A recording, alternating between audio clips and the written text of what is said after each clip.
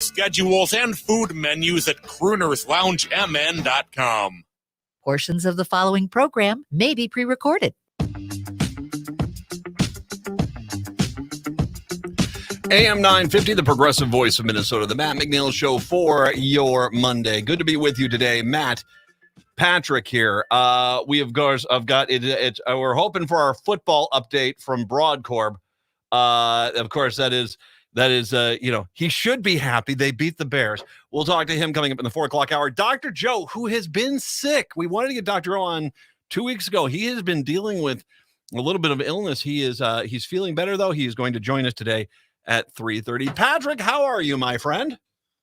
Pretty good. I had a busy hockey weekend up in Blaine, so that was it at the Sports Center up there? Yep. How many was it high school? What level were you at? They were I'm not really. They're kind of a developmental league. Okay. They are, kids 16 to 18 mostly. There are some younger leagues in there, but I did U18 and U16. Now, is it more of the skills side of hockey or the fighting side of hockey? That kind of depends on what mood the teams are in when you do them. Okay, because I have, as following hockey, there are some programs which are designed to speed, agility, eye-hand coordination, that sort of thing.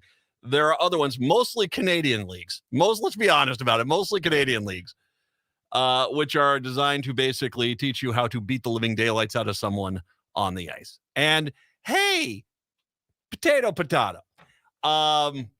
I had a good weekend. I was taken out as a surprise to The Girl from the North Country. That's the Bob Dylan musical. You haven't seen that? Was the first time I was in tour. I don't want to steal your thunder. I heard it didn't get the best reviews, but what did you think of it? I thought it was actually pretty good. And as a matter of fact, it's interesting you brought that up because one of the things that I thought about was I did read the reviews, and the reviews were the first half is great and the second half kind of lags. I'm like, we all came out of that musical like, what are you talking about? It's just, I'm not, I thought the second half of that musical was quite good. And as a matter of fact, I mean, it was one of those musicals, and this does not happen often, where we saw it on Saturday. We were talking about it as a family and plot points and characters and set design and all that good stuff. We were talking about that basically through the entire weekend. So I thought it was really good. I thought they integrated the Dylan music perfectly. And the one thing that was a little weird about it was they just started. It wasn't like there's, curtain goes up and dun dun dun dun dun dun dun dun. It's not that. They had people all of a sudden started walking on the stage and they started singing, and the lights were up in the theater still. They hadn't lowered the lights or anything. People just started singing. And one of the coolest elements of it, they had a drum set up on the stage, and at various points, actual actors in the production sat down at the drum kit and were playing the drums during the production, which was cool as anything. That was great. Then, of course, I did go on out because it was a special treat. I went out to Ocean Air. Oh, that lobster bisque. It was nice. Sea bass. Hello, sea bass. I love you, sea bass. Do it, dynamite, man. It's fantastic. So is there, it was a busy weekend, but I am glad to say we were a little concerned about this. We of course, we here at AM 950 are superly duperly excited because we have got Stephanie Miller and the Sexy Liberal Tour coming back. It's a one night only from Los Angeles pay-per-view event. And it is something we are looking forward to. It's Steph, it's Frangela, it's Hal Sparks, it's John Fugelsang, plus other special guests as well. You can get your pay-per-view pass to go see this. It's something that, like I said, we have been just tickled pink that they're doing this, and it is good fun. The show is on Saturday. And so, yeah, it's going to be a lot of fun. We've been giving away pay-per-view passes, okay? And we've given away 2 different ways, including today at some point during the show. We will give out a time to call. And if you are the certain number caller we need, you'll win yourself a pay-per-view pass. See? Simple. We've also been giving it away via our social media sites, AM 950 Radio on Facebook, on Twitter, and on Instagram. And we did, and what happens is this, at about 9 o'clock in the morning, we will make an obvious post that this is the post you need to put your comment in about the Sexy Liberal pay-per-view event coming up here. And this is what I was a little concerned about. We put out the code phrase that you're supposed to use on Friday. I was hoping people would remember it. Sexy Liberal Man Crush. Hey, I'm happy because we're going to talk to Steph this week. We're going to talk to John Fugelsang this week. Dang right, man. Anyway, so, Sexy Liberal Man Crush. That was the phrase. So, Patrick, question for you. Did anyone remember? And I'm sure we got a few entries here. And by the way, if you put your comment in there, Sexy Liberal Man Crush is the one for Monday today. You are entered into the drawing. We randomly pick someone here. I know we've got them in there. People did remember to do this. Patrick, who is our winner of the Sexy Liberal pay-per-view pass? Todd from Minneapolis, you are a winner for the Friday, Monday weekend edition of the Sexy Liberal comedy show giveaway for social media today. Beautiful. Congratulations. Enjoy that. Now we erase the board. We're doing it again tomorrow. Once again, at 9 a.m. tomorrow, we are going to put a clear post on the social media pages for AM 950. And I do, by the way, I've had a few people make comments on the Matt McNeil show pages. That's not the ones you need. You need the AM 950 pages, okay? The AM 950 Twitter page, the AM 950 Facebook page, and the AM 950 Instagram page.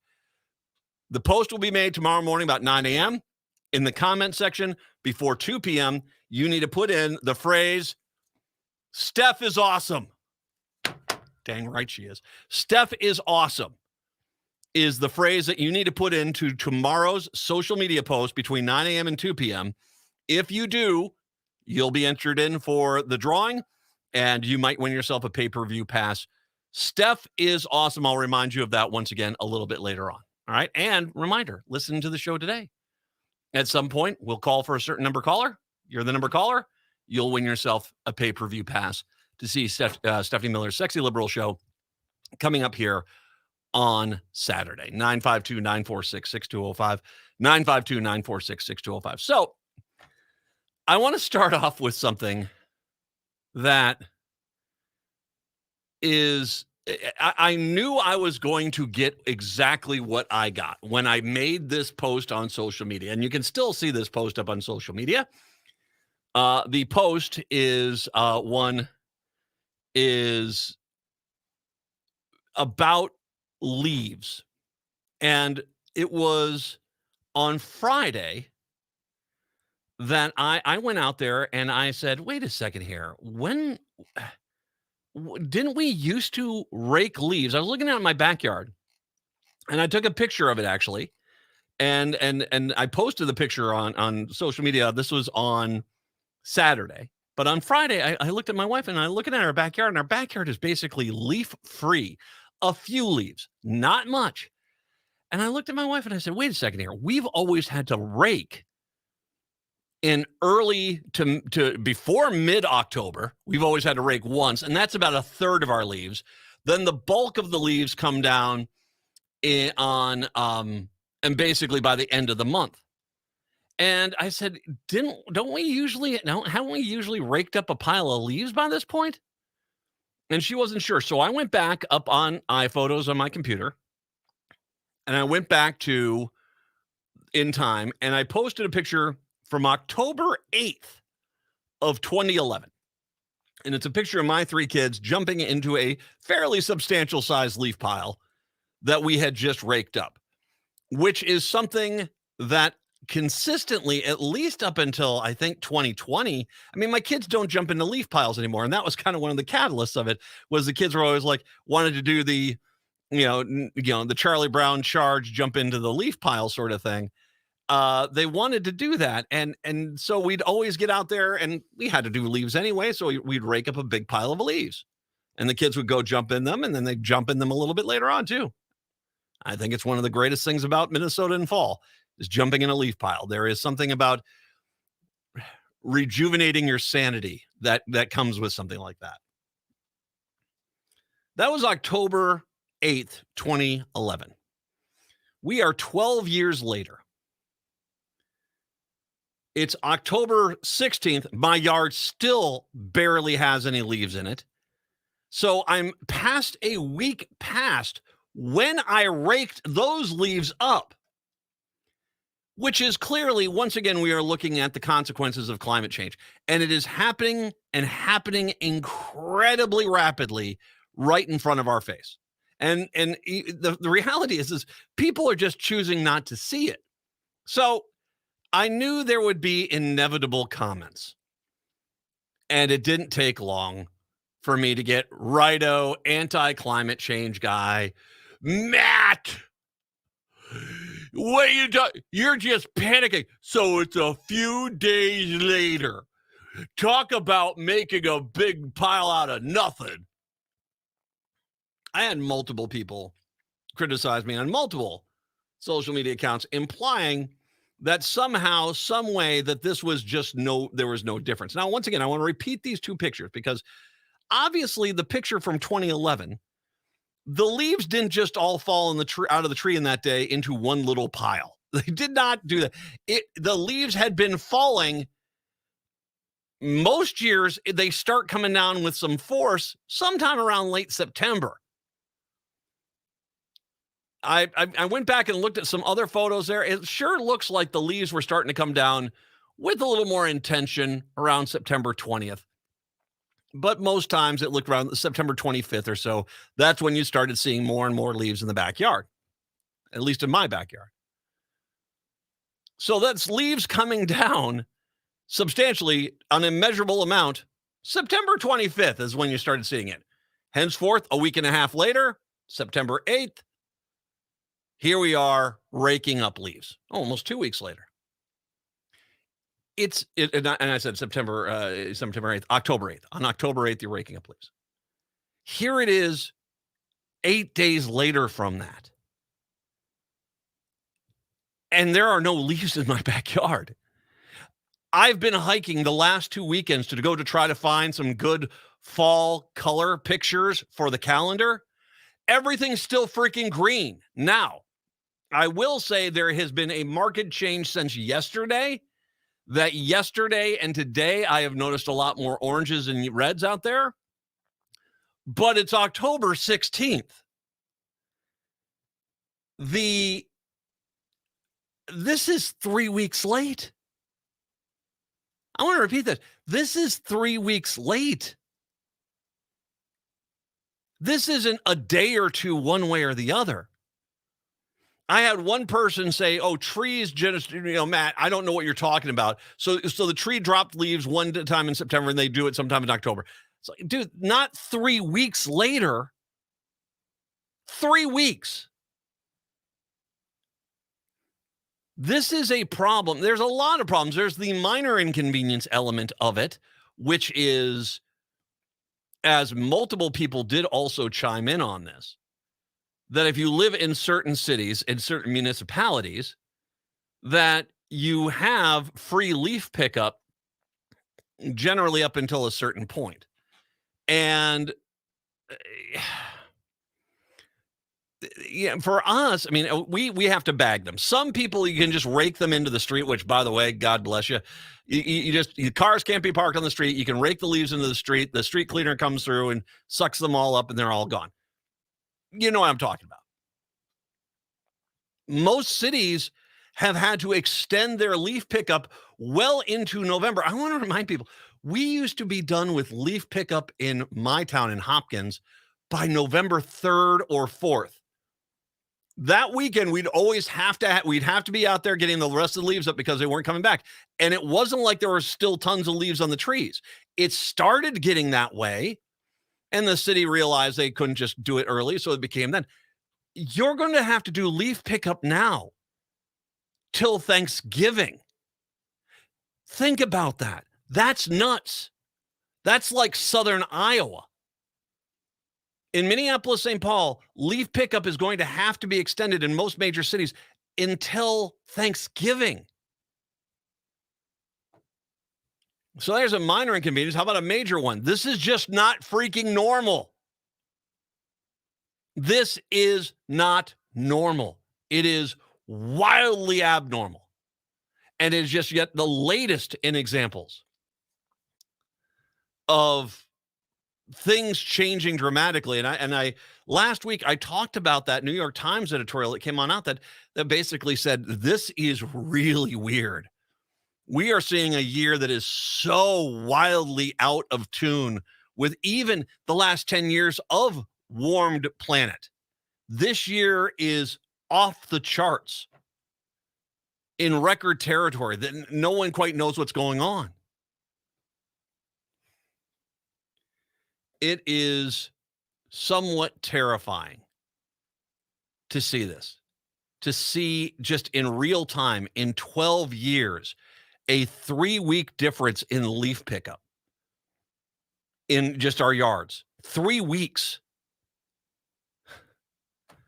And yet I still had numerous Republicans insist to me, it's normal, which is laughable. It is beyond laughable.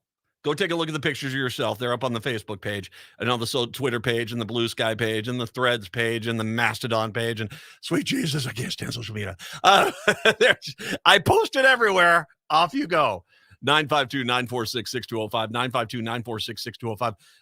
When I come back, I'm going to briefly touch on one element of this climate change that involves the insurance companies, but as well, another comment I knew was coming, and it's from the progressive side. I'll get there in just a second. 952-946-6205, 952-946-6205. The Matt McNeil Show right here on AM 950. Are you remote workers putting your company at risk? Not sure what steps to take to secure your data? Hi, Mark Sommerfeld from Rymark. The Rymark team is guiding our clients through these difficult times. In fact, demand has been so high, we created an easy-to-follow guide with the 5 steps to securely work from home. It's yours free. Download our 5 steps to securely work from home now at rymarkit.com or call 651-328-8900 for a no-cost how-to discussion. Located just north of 50th in France, the Great Wall Restaurant has provided a delicious taste of authentic Chinese cuisine since 1981. Specializing in Szechuan and Peking dishes, they offer one of the most extensive menus in the Twin Cities. Favorites include hot and sour soup, pan-fried dumplings, and mushu pork with homemade Chinese pancakes. Stop by their Edina location or call for takeout at 952-927-4439. See the full menu at greatwallrestaurant.us. Hi, it's Freddie Bell, host of New Beginnings, heard every Saturday at 11 a.m. right here on AM 950. Each week, I bring you timely information on finances, AARP updates, Minnesota Department of Health information, what's going on around our area, a spiritual message, my words to the wise, history notes, and more. So tune in this Saturday at 11 a.m. for New Beginnings with me, Freddie Bell. I'll see you then. The Merity family of companies serves seniors and people with a wide range of disabilities. We provide home health care, hospice services, and accessible rental housing. This is Merity, and we'd like you to join us. We're hiring direct care professionals, CNAs, nurses, and other support services. Our mission is to provide quality, personalized services to meet the unique and evolving needs of the people that we serve. Join a Minnesota family-owned company that was founded on a history of care. Apply today at MerityInc.com/careers. Say you miss me, say you want to kiss me. I liked it better. AM 950, the progressive voice of Minnesota, the Matt McNeil Show. Yeah, we are jam-packed this week. Cooligan tomorrow, Stein and Steph Miller on Wednesday, Fugelsang on Thursday, just loaded to the gills. So make sure you're with us all week right here on AM 950. I don't know if you saw the Minnesota Reformer story And it was a reprint of a grist story. And basically it was saying that in the same sense is that if you go to Florida now and you buy a house down there, that unless you are paying obscene rates, and I'm talking like, $100,000 a year rates on insurance, that you can't get insurance for most houses down there. And, and even to qualify for the obscene rates, you have to build a house with very specific parameters that can survive storms. So there's a large swath of Florida which is becoming uninsurable, which I want to remind people who keep saying private sector. That's the private sector abandoning the consumer. That's the private sector abandoning the consumer. Well, now they're doing this out in wildfire areas, out in the West particularly, where they're not insuring houses anymore that are in areas that are prone to wildfires. And it's like I said, it's Republicans screaming at the top of their lungs, climate change isn't real, but the same Republicans screaming, why can't I find anyone to insure my house? This is unfair. But if the federal government actually did start a federal government insurance program, the same people would, as they took advantage of it, would be screaming, classic government overreach. You can't help some of these people. You just can't. So no, it is really remarkable how just, we have changed the planet and we see it around ourselves. I've got tropical flowers in my backyard that usually are dead. I mean, they're dead. They look horrible by, say, mid-September, and I have to buy a big mum basket. This time around, they're still alive and they're still growing. That's a month late. Animals are changing. We're going to start getting more bacteria and gunks in lakes. Man, this is scary. This is freaking scary to see a 3-week change in 12 years. Think about that again. Okay, so let's just do another 3 weeks in 12 years, which would mean by 2035, we would have leaves still in the trees, fairly green in early November.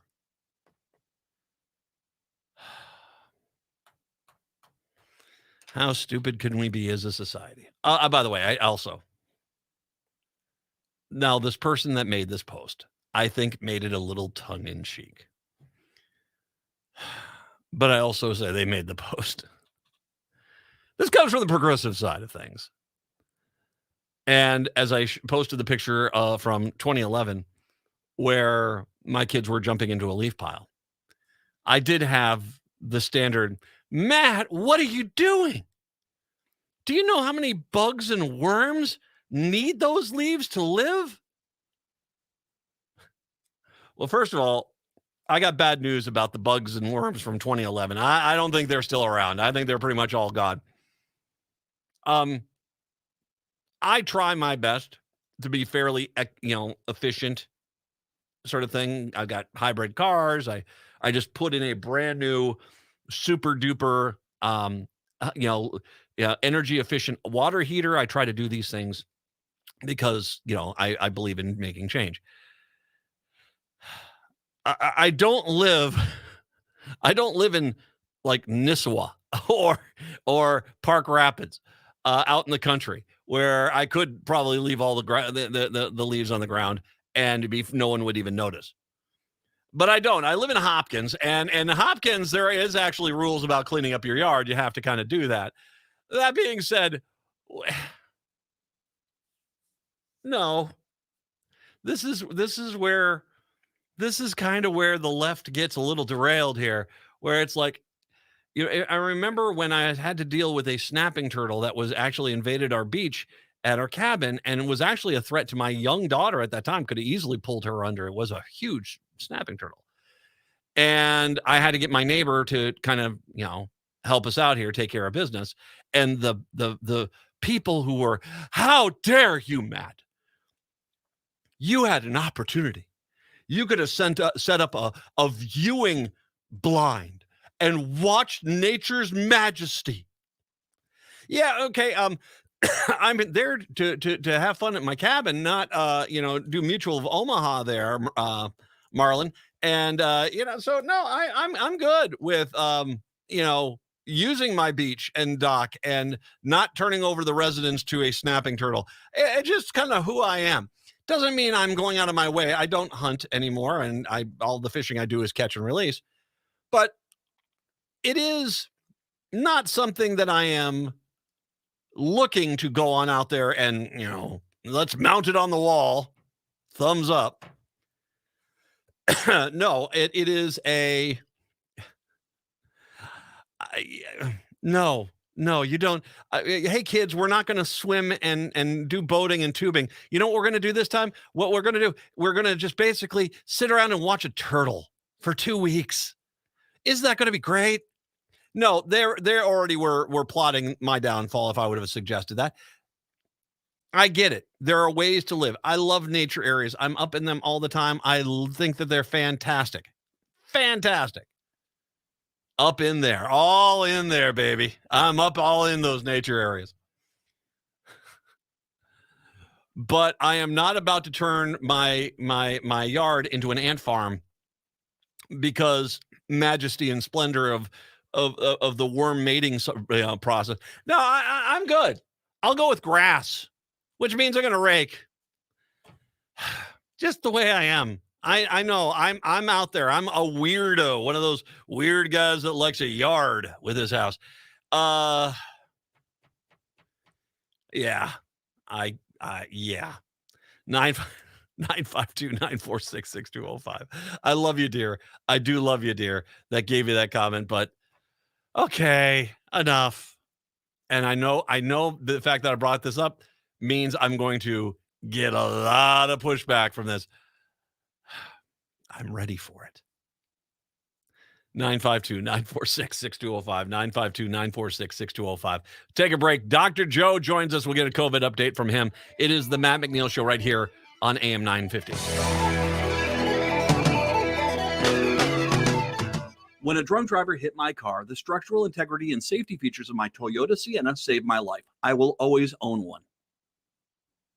That's it. That's the ad. I don't think I need to add anything else, but I'll gladly mention their sales team is attentive and friendly. Their service department is the best in the state, and their vehicles, you can put a lot of faith in the quality and safety of a Toyota vehicle. The structural integrity and safety features of my Toyota Sienna saved my life. I will always own one. That says it all. Rudy Luther Toyota, 5 miles west of Minneapolis on 394.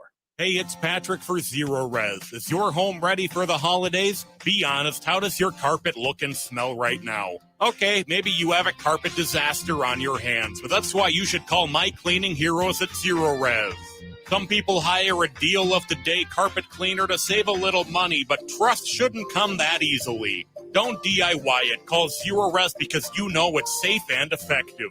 That's why this month you can get 3 rooms Zero Resified starting at just $149 and take $75 off when you get your air ducts Zero Res clean. Call Zero Res right now, 952-ZERO-RES, or go online to ZeroResMinnesota.com and say you want the AM 950 special. Spell it forward or backward, it's the same. Zero Res. Refresh, restore, and protect your investment. Call Zero Res to clean your business the right way so your floors and surfaces stay cleaner longer without the harmful chemicals the other guys use. The ruling on the field stands.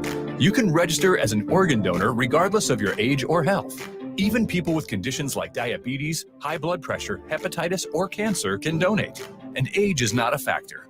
The oldest organ donor ever was 95. Don't fumble your chance to save lives. Get the facts and register as an organ donor today at life-source.org. That's life-source.org. Sponsored by LifeSource, this station, and the Minnesota Broadcasters Association. Pruner's Supper Club invites you to enjoy drinks, a delicious dinner, and live music from both big-name local and national artists in a wide array of styles. Before or after your show, check out the new Maggie's Lounge, a perfect spot to visit with friends. It's open Wednesdays through Sundays beginning at 4:30 with cocktails and light fare. And you don't need a ticket to enjoy the great atmosphere of Maggie's. Pruner's Supper Club off Moore Lake and Highway 65. A little piece of old school nightlife in the 21st century. With a look at your AM 950 weather, I'm Patrick Lilia. Sunshine today with a high of 54, then tonight patchy fog with a low of 39. Listen to the Matt McNeil Show all week from 3 to 5 p.m. for your chance to win a pay-per-view pass to Stephanie Miller's Sexy Liberal Comedy Tour this Saturday night. That's only on the Matt McNeil Show.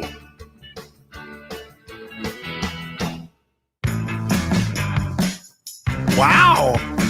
I get love that, man. And by the way, we'll have a pay-per-view pass to give away a little bit later on this show. Listen for that. And then reminder, the phrase for tomorrow on the social media post is Steph is awesome. Steph is awesome. That's the phrase for tomorrow's social media post. All right. 952-946-6205. 952-946-6205 is the phone number. It is nice to have him back because he has not been feeling the best for the last few weeks here, but he's kind enough to join us. Dr. Joe Eastman is our COVID modeling specialist. He's worked with NASA, WinLogix, LTER, as well as also Colorado State University, University of Texas Austin COVID modeling team. He is up north. He's kind enough to join us today to give us his latest thoughts on COVID and how things are going. Hi, Dr. Joe. I'm glad you're feeling better enough to join us today. Hi, thank you very much. It's been a long haul. No, you didn't. For sure. You didn't have COVID. You just had this cold that's going around, correct? That's correct. It should have been about a 2-day event, and because of my pre-existing condition, we're on day 15 right now, but it's almost gone. So good. I can get back to normal now and recover from the saddest day of the year yesterday. I had to take my boat out. Oh yeah. But well, I mean, it's not that cold up there. You still could have gotten a week or so in. Yeah, I know. They came and yanked my dock out this morning, so I had no choice. You can park it on the beach. Come on, Joe. I know. I'm getting old. I'm failing here. I see a quitter. All right. First of all, I don't know if you saw the story. There was a new breaking story that came down from New York Times today. Studies and research on the long COVID, and they have discovered that the serotonin, it was a lack of, at least this is an interesting course of research, that they have tracked a lack of serotonin in the body to long COVID. I don't know if you saw that's an interesting, it's nice to see we're getting the scientists involved here to really kind of break down what is going on there with these long COVID cases. Yeah, actually, the idea comes from a few years ago. I've seen a little bit of literature, but I'm glad to see people are finally picking up on it a little bit more and starting to research it, because we continue to find out more and more stuff about the long COVID, and we're just beginning the journey on that. So yeah, that was a positive development. I just haven't had a chance to read it thoroughly because I've been catching up all day on all the time I missed. Well, and what are you seeing when you're looking at what's sometimes that's actually a great way to look at things. I mean, you're seeing a few weeks worth of information come through. What are some of the signs that you're and some of the patterns that you're picking up on right now as you go back and review this information? Yeah, what I'm mainly seeing right now is a big change in the variants.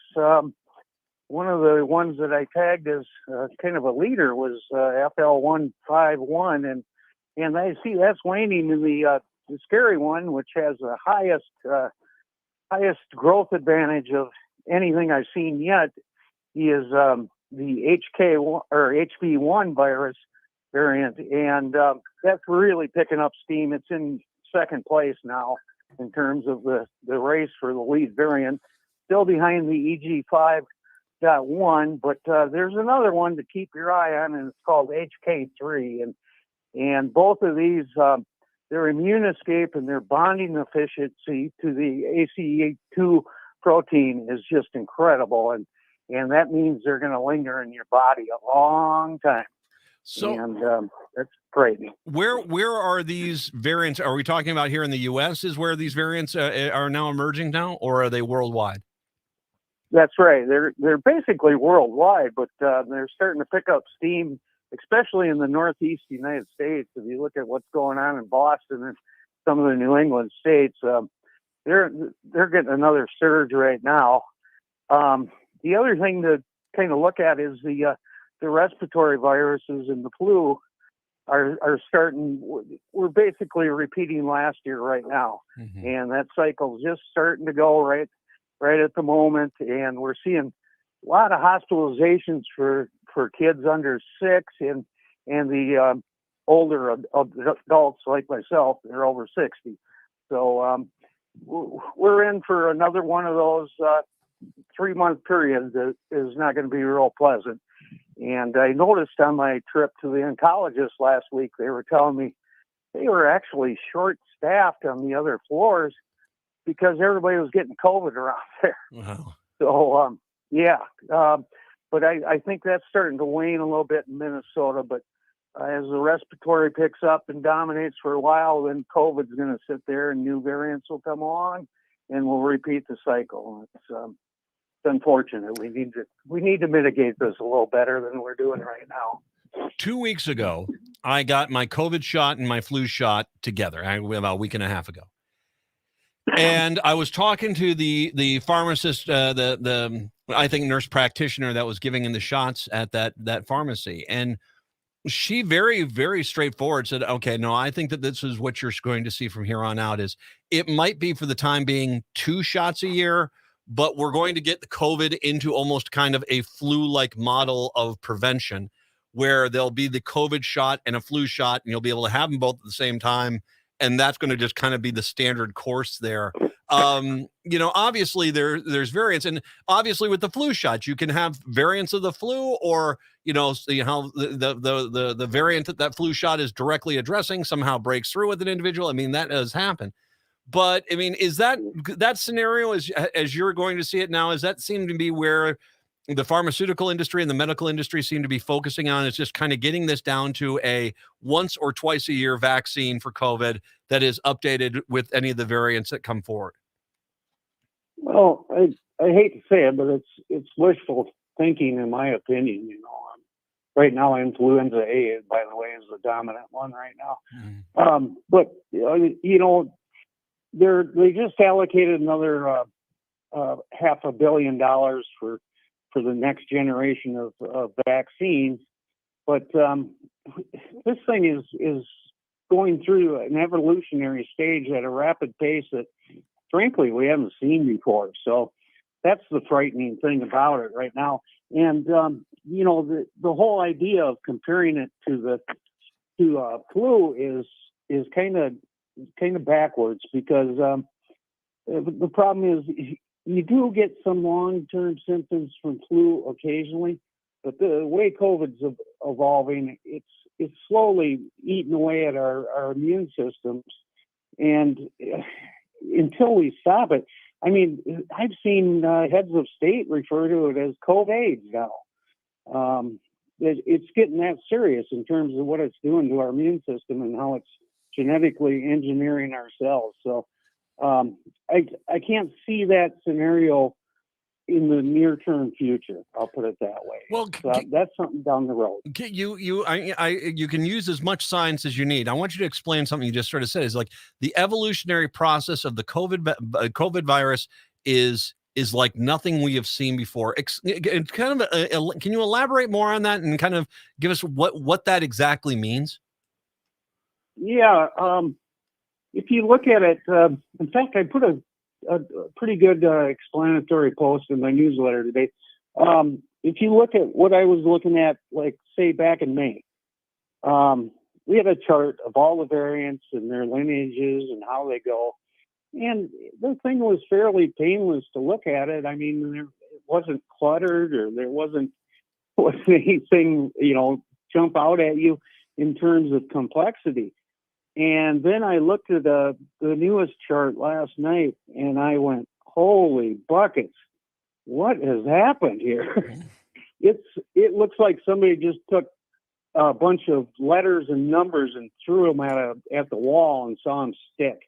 There are so many variants out there, and there's no sign of this stopping. And, for instance, the BA286 just got another 30 new mutations. Keep your eye on that, by the way. The pace is just, I can't even keep up with it. I can't keep my model up to date because it seems like every couple of weeks I got something new I got to account for. And that sets me back another week to get things ready and calibrate and such. And like I say, this is not something we're used to seeing in terms of the number of mutations, and that's because we don't mitigate it properly. We let it just run amok and get inside people, especially people like me that are immune suppressed, where it can sit and linger for a long time and reproduce and produce more mutations. And that's kind of what's going on right now. So every time we have a new mutation, we could have another potential problem. And just to put this in perspective, let's compare it. And I know you just said it's not fair to compare the two, but when a flu virus goes through a mutation or an evolution, it's at a much slower rate, and it's not so in 1,000 different branches. That's correct. It's if you look at it historically, it's pretty much used up not all of them, but used up a lot of its ability to mutate, because there's only so many proteins that it can go through. Whereas COVID is doing things with its proteins at spots on the body of the virus, and of course the spike mutations. But right now the body mutations are the ones that are causing this immune escape and this whole re-engineering of the DNA within our cells. So the two are much different. If you put a rate on it, I would say at least 3 to 4 orders of magnitude greater is the evolutionary pace of COVID versus the flu. How much of this evolutionary process is a product of just human, let's be honest, human laziness when it comes to COVID nowadays? People don't wear face masks. We're back to school. No one's even thinking about COVID anymore. We're going to have the holidays. This pattern is going to repeat itself over and over again, where we get back in September, back to school. It starts to rise, goes through Thanksgiving, goes through Christmas, finally peaks out in January, February, and starts to drop down again. Right now it seems like, the human beings are at the point where they're almost kind of encouraging this evolution in a I guess, I don't, not because there's a hope that it evolves into something that's not harmful, but rather just I don't care. You hit the nail right on the head with that comment. I mean, that is so spot on. It's really frustrating because we know what we can do. There's variant neutral mitigation strategies that we can use, like the masking and getting everybody vaccinated. I mean, last I saw, it was less than 7% of the eligible people had gotten the new booster. It's really pathetic, and part of it comes, because we've kind of minimized it and said this is our new normal and accepted that. We've done that in the past.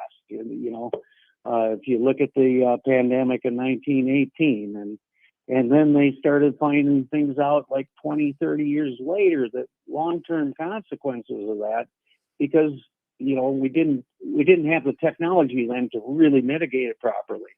So we're looking at things down the road long after me and you are gone from this earth. So, and you look at when school starts. I'm looking at a graph right now of Florida, and it's absolutely incredible. School starts, and all of a sudden, bang! There goes the spike, and then it spreads to other age groups and repeats the process, and we just let it go, and that's unfortunate. It really is. Well, and in Florida, it's specifically egregious because they have a state government who's saying there's nothing to worry about, and there are people dying, a lot of people dying every day in Florida, and you would never even know it because the mentality is just to ignore it and hope it goes away. Yeah, and they got an attorney general. I think people should bring a standing lawsuit against this guy because he's warning people against taking vaccines, for criminy sakes. I mean, good grief, how does this guy, a doctor, is beyond my. I can't fathom it. You said Really attorney general. It's Surgeon General, the Surgeon General down there. That's right. Yeah. That's right. Yeah. Well, I forget his name. Oh, yeah. I think we saw him on Bewitched, Dr. Bombay, if I'm not mistaken. I think that's our medical professional right there. So you and I have both been COVID vaxxed. You got your COVID vaccine, right? Yeah, I got the Moderna Spikevax, and because I couldn't get the Novavax yet, but that continues to show good promise, by the way, outperforming the other vaccines that are out there. And if you've ever had a reaction to the mRNA vaccines, I urge you to reconsider and take the Novavax, because that's a traditional protein-based vaccine that shouldn't elicit the kind of response you're getting from the mRNA vaccines. So I got Spikevax too. I can't tell you how much I appreciate the fact that I can, hey, is this the right one to get? And you're like, yes, get this one. You're good. Okay, good. I appreciate that, Dr. Joe.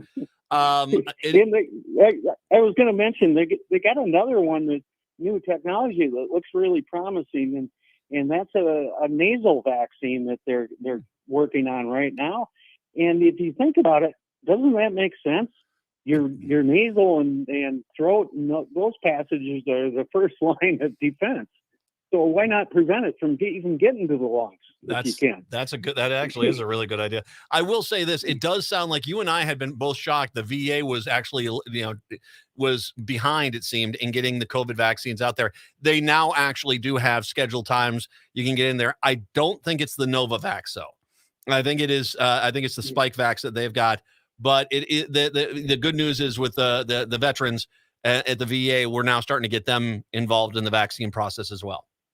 Yeah, holy moly, that was a travesty. And the other thing is, since they ended the emergency declaration back in May, we suddenly started kind of privatizing the distribution and some of these other things, relying on insurance companies and stuff.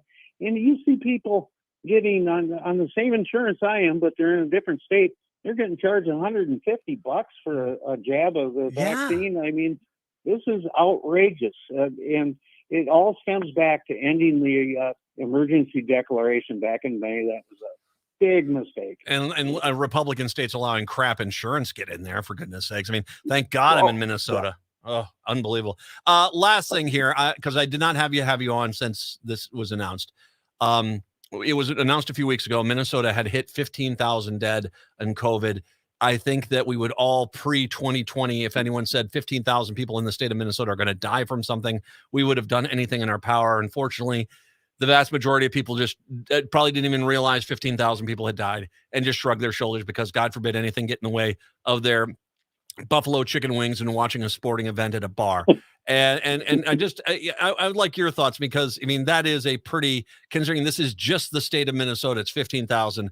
And it's now more than that. It is pretty astronomical. It really is, and this stems back to leadership from our health departments and all the way up to the national level. This whole thing of minimizing things. I hate to be cynical, but economic factors and politics playing a role in public health is the most crazy thing I ever heard in my life, and it should not be involved one iota in our decision making. And unfortunately, that's what's happened. And we're going to continue to see this until people really get ticked off and start confronting the leaders and letting them know what they think. And I encourage everybody to do that if they can. Dr. Joe Eastman, if you're not following him on Substack and reading his daily or his regular updates, and I shouldn't say daily, his regular updates there, you should be. I'll link to that a little bit later on. Dr. Joe, once again, glad you're feeling better. Still rest up, get 100%, and bless you. I appreciate you coming on. I really, it always is great to have the new information. And I can't thank you enough for hosting me and letting me get the word out. And I hope you're feeling better too. You had a little bit of a spell on it yourself. So. Yeah, but that was that cold that went around because I happened to go near a college campus. Thanks for that, college. All right. All right, Dr. Joe Eastman. I will take a break, wrap up hour one when we come back. It's the Matt McNeil Show right here on AM 950. If you've made the decision to level your home and build new or to renovate, hire Better Futures Minnesota to take it apart by hand. Think before you scrap. Think of the energy and greenhouse gases saved by diverting what can be reused and recycled from the landfill. Better Futures Minnesota can do it for you. Hennepin County residents and public entities, there are funds available to make the environmentally right thing to do comparable to demolition. Check out betterfuturesminnesota.com. That's betterfuturesminnesota.com. Hi, this is Laura. Listen to Food Freedom Radio every Saturday at 8 a.m. or anytime via podcast. Our individual health is connected to the health of each other and connected to the health of the earth. We know the problems with the dominant food system: climate change, deadening soils, nitrates in the water, factory farming, injustice, concentration of wealth. How do we both as individuals and as a community step up and support a living food system which honors the earth? Tune to Food Freedom Radio every Saturday at 8 a.m. and remember to support your independent farmers. Cafe Latte offers made-from-scratch soups, salads, sandwiches, and mouth-watering desserts. So come check out their pizza and wine bar, or get a treat from the bakery made fresh daily. Plus, you can still do online ordering and takeout, along with gift cards. Just go to cafelatte.com and choose from their ever-changing selection of award-winning salads, sandwiches, and soups. Cafe Latte is located off Victoria and Grand and online at cafelatte.com. Whether you rent or own a home, we all likely have nightmare stories about home maintenance, or what I like to call home cringe moments. Join me, your host, Katie Shahan, for the Yarlow Home Cringe Show. See what home cringe-worthy stories we have for you each week as we talk with local home service pros. Learn best practices for winterizing your home or what to look for after a hailstorm. Listen to the Yarlow Home Cringe Show every Sunday at 2 p.m. or on your favorite podcast app.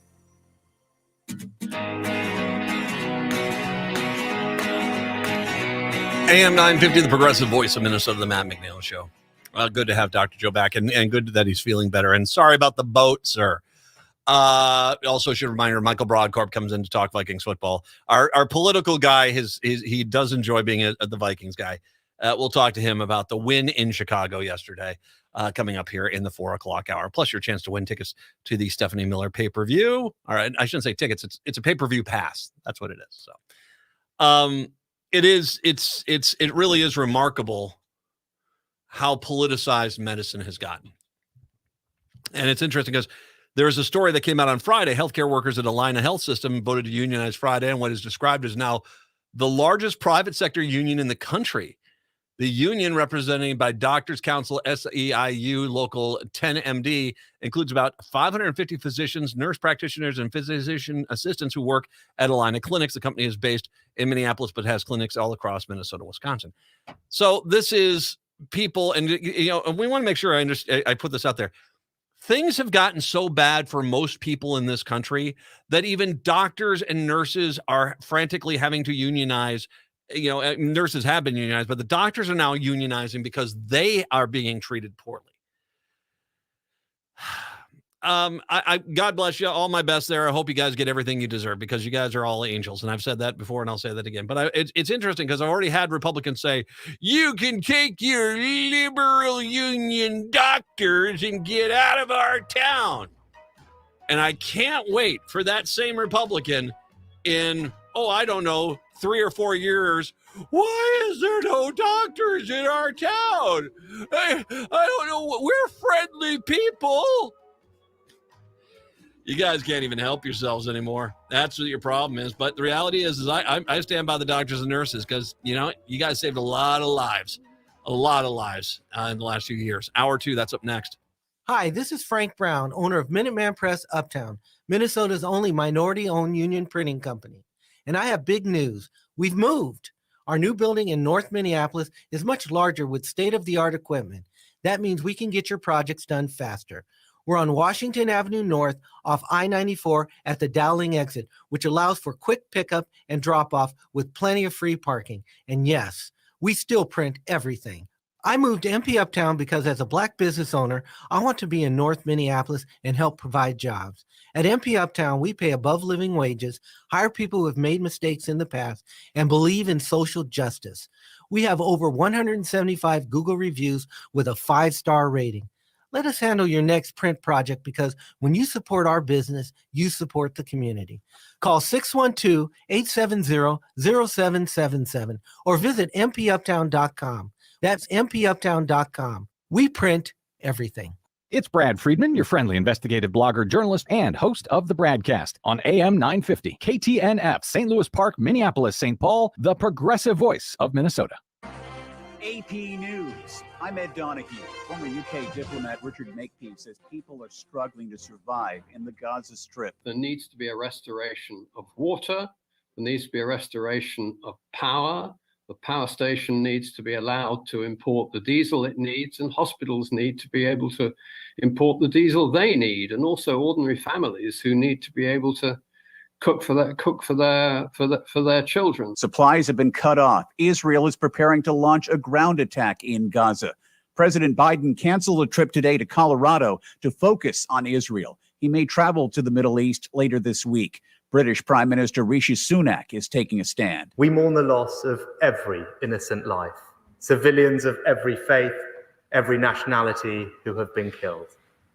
And so, let's say it plainly, we stand with British Muslim communities too. Mediators have been trying to reach a ceasefire agreement that would allow aid into the Gaza Strip. The terror alert level has been raised to the highest level in Belgium. 2 people, both from Sweden, were shot and killed in Brussels. The Prime Minister suggested it's linked to terrorism. A soccer match tonight between Belgium and Sweden in Brussels has been canceled. A federal judge overseeing the 2020 election interference case against Donald Trump in Washington imposed a narrow gag order on him, barring the Republican former president from making statements targeting prosecutors, possible witnesses, and court staff. More support is coming in for Jim Jordan to be the next Speaker of the House. We're going to elect the Speaker tomorrow. That's what I think is going to happen. 2 weeks without a House Speaker, Republicans on Capitol Hill are meeting behind closed doors tonight to try to unite around a new nominee. Far-right firebrand Jordan, a Donald Trump ally, appears to be quickly shoring up support to win the gavel. The Dow finished up 314 points. This is AP News. It's time for the fall haul at Northern Tool and Equipment. Get your hands on tough tools at prices that are tough to ignore. Got plans? Cancel them. Trucks in the shop? Borrow someone else's. Don't like saving money? Right. So head to the fall haul at Northern Tool. Back up the truck for the season's biggest event and save on generators, power tools, trailers, and more. Shop in store or at northerntool.com. We're made for this. Discover, this is Danny. Hi, it's Jen Coolidge. I just want to thank you for making me feel so special. I earned cash back on debit for my dinner party groceries. That's great. But with Discover Cashback Debit, we give everyone cash back on everyday purchases. Anything else I can help you with? Are you hungry? Because everyone left after the asparagus sorbet. Introducing Discover Cashback Debit, a checking account with cash back. It pays to Discover. Eligibility and terms at discover.com/cashback debit. Discover Bank, member FDIC. Tune in this Saturday morning right here on AM 950 for the Gardening with Joy and Holly radio show from 7 to 8 a.m. We'll be discussing the world of garden myths, things that you're doing in your garden that you shouldn't have to because they don't work, and homemade breads. Our guest is no-till farming garden expert Jesse Frost will be with us, and we'll answer your garden questions. That's all this Saturday morning from 7 to 8 a.m. right here on AM 950. Tell a friend and let's grow together. Hey, it's Tom. Since 2009, All Energy Solar has been providing solar energy solutions to customers. With fully licensed electricians and installers, you can be sure that your solar installation will go smoothly. The team at All Energy Solar understands that every customer is unique. They'll take the time to survey and understand your property to find a solar solution that works for you. One of the biggest advantages of going solar is the opportunity to take advantage of the many solar incentives available. But it can often be confusing to know what you're qualified for. All Energy Solar professionals will help you find out what savings you can apply for and even help with your applications. This is especially important since many rebate programs have limited capacity and are first come, first serve. So it's important to have a professional on your side who will make sure you get every eligible rebate. Get a free no obligation assessment from All Energy Solar's commercial solar specialists by calling 800-620-3370 or visit allenergysolar.com.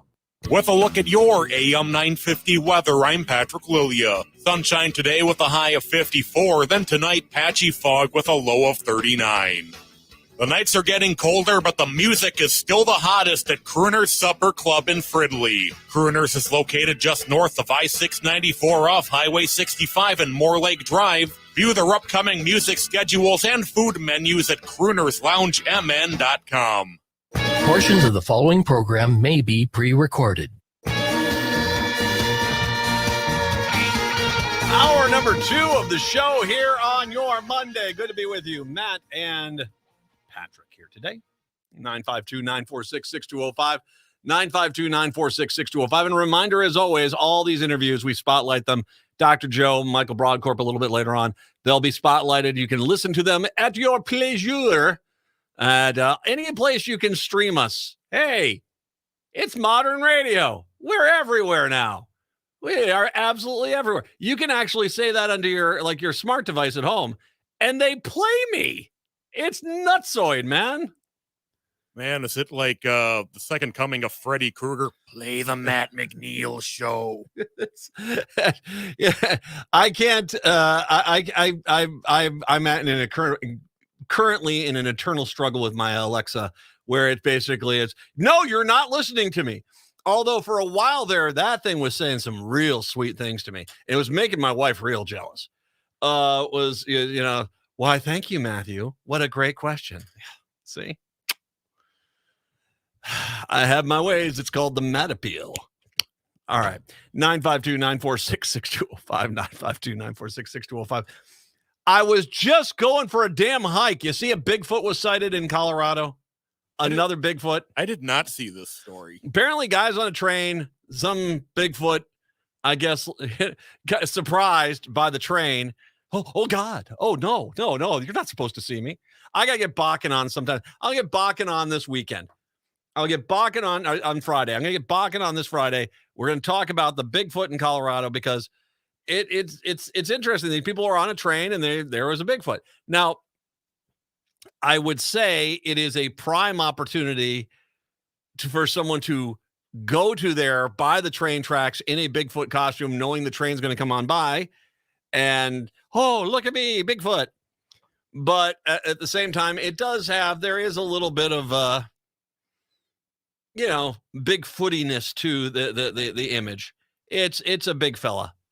So yeah, I don't know if it's true or not, but family, I love them. Do you know why the Sasquatch, the Bigfoot's part of the icon of the logo here of the show? Did you ever hear the story? I actually have not heard the story about this. This is years ago, 15 years ago. I'm at the gym and this woman's trying to pick me up. And she touches my arm. And if you don't know, I'm furry. Not Robin Williams, kind of like, oh my God, but kind of, I definitely, if the nuclear apocalypse come, you're going to be harvesting me. I mean, it's just that kind of thing. You'll be knitting sweaters from me, that sort of thing. And she looks at my arm and she goes, oh, you're furry. You're a little sexy Sasquatch. Really? A sexy Sasquatch, you say? I never thought of it that way. I don't think a lot of people have. I think I learned more about that woman's personal that day than anything else, but it stuck. And so that's why I'm the sexy Sasquatch, baby. Why not? I'll run with that one. 952-946-6205,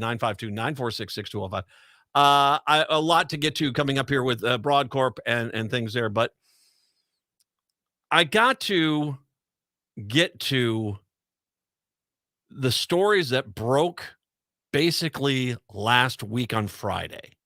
Well, one story broke, but it is tragically the second version of this that's happened. Although what happened on Friday, holy God, it's somewhat terrifying. Now, I want to go back a little further and talk about something that had happened at the Plainview Elgin Millville High School.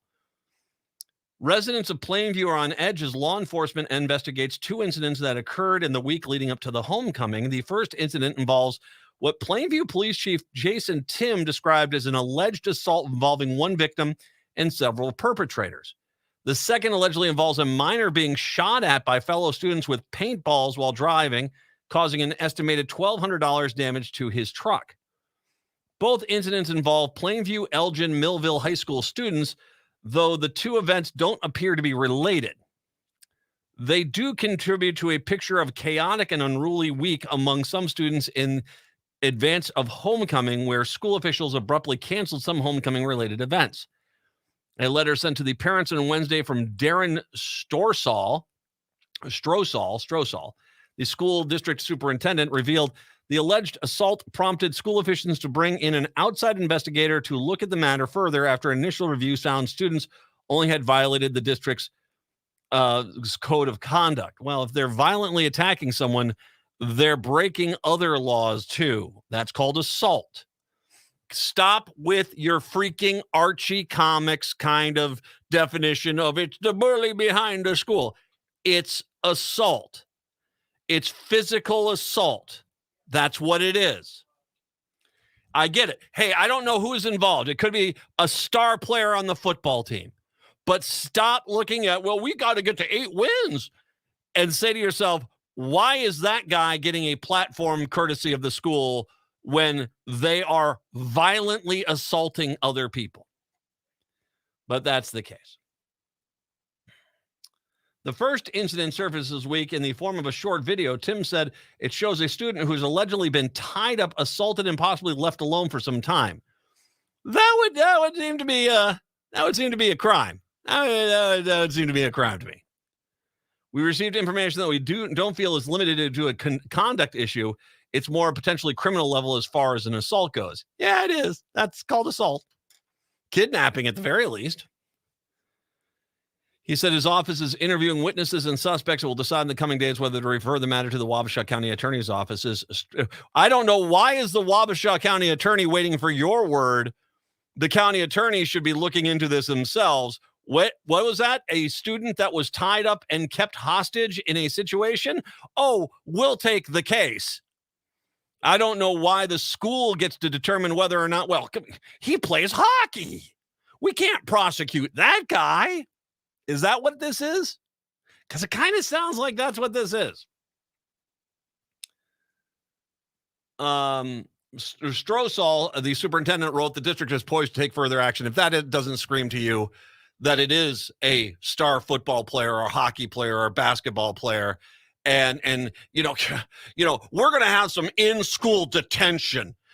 Sure, they traumatized a human being for life and basically kidnapped and tied them up and assaulted them. But you know what? I think we can they're going to have to do an extra book report. I think that, and the other kid kind of deserved it. We can't have this kid not playing hockey. Come on, man. So that's what it sounds like.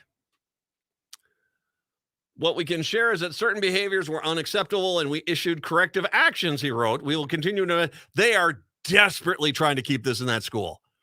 That they are desperately trying to keep this in the school. Attorney General Keith Ellison, can you go take a look at this? Because I don't think these people have the best interest of the victim at heart here. We will continue to investigate as new information becomes available in that matter. We are involving independent investigators in ongoing investigation. Meanwhile, Jessica McNeil said fellow students allegedly shot paintball at her son while he's driving on a dark rural road last Wednesday night, causing $1,200 worth of damage to his truck. There are paintballs that hit his truck while he's driving. He's 16. He's very novice driver. He's obviously distracted with that. And literally seconds later, his back windshield shattered behind his head while he was driving. So they shot out. That's also, I don't know, assault. And although it's paintball guns, it might not be assault with a deadly weapon. But if they're doing it in the act to possibly drive a car off the road, which could indeed end in this kid getting killed, there should be some little more than just a oopsie kind of consequences. Police were called to the scene after son pulled over. The Wabasha County Sheriff's Office is investigating the matter. So, this is once again the predictable. You've got bad behavior here at Plainview Elgin Millville High School, which is being worked on, and once again, clearly by the story, desperately trying to be keeping hidden. What happened at Waterville Elysian Morristown School is no longer, it can't be swept under the rug. And I don't care how many wealthy white kids in the community. I don't care how many star football players. I don't care how many hockey players are involved in this. You have absolute freaking chaos unfolding in the Madison Lake area. An attack on a family of color that left racial epitaphs and swastikas drawn on their vehicle windows caused the Waterville Elysian Morristown School District to cancel all homecoming activities Friday as students were suspected. The security camera footage. No, it's basically, I want to make sure we're clear here. Most of these kids in the camera are not wearing masks. It's easy to identify who's involved. So when the school district says, well, where some kids are suspected of being there, no, there's a camera footage of it. Those are the students. They're there. A security camera captured the suspects in the act, and the LeSueur County Sheriff's Office is investigating. Madison Lake resident Chad Alladin says he was home at the time when he realized his house had been vandalized Monday evening. I would say it was around 11 to 11:30. I went out to put my dog out, and she went halfway to the door and immediately froze. I could tell someone was either out there or had been there. Alladin said then he remembered it was the WEM district's homecoming week and went outside to see what had been going on. This isn't the first time the family has had issues with students at the school, he said. First all I saw, the trees were covered with toilet paper, but the past was when this has happened, when my daughter was in school there, they vandalized her car. So my next step was to go look at my son's car to see if anything had been done. He later found racist and inappropriate writing on the windows and said he called the LeSueur County Sheriff's Department to report the incident. Alladin said he heard around 50 kids were involved in the incident. 50. I'll come back to that. He said he heard the Sheriff's Department is still investigating and was told they've identified apparently 20 people so far. Considering most of them aren't even wearing masks in the video that, the security camera footage from his house, this should not be that difficult. You should be able to find out exactly who was involved. He added that he was told if they did bring charges, it would mostly be for aggravated harassment. I would say the discrimination should kick in here because swastikas and racial epitaphs, I'm guessing the N-word, no.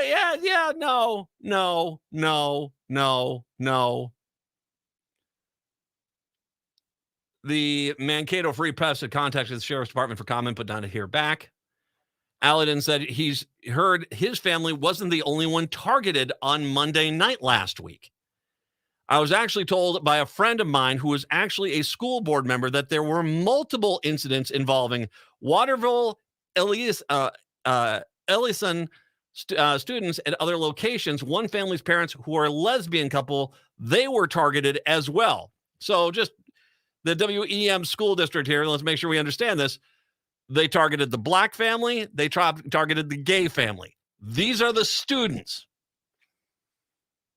Alladin said he pushed for homecoming activities to be canceled this week, adding that problems like this have been going on for years. He added that the LGBTQ students have been impacted by similar incidents, going back again to at least where my daughter was in school. Every year this happened where there's been some sort of incident where vandalization, harassment, he said. As of Friday morning, the school district canceled all remaining homecoming activities, including a coronation, pep fest, and the dance.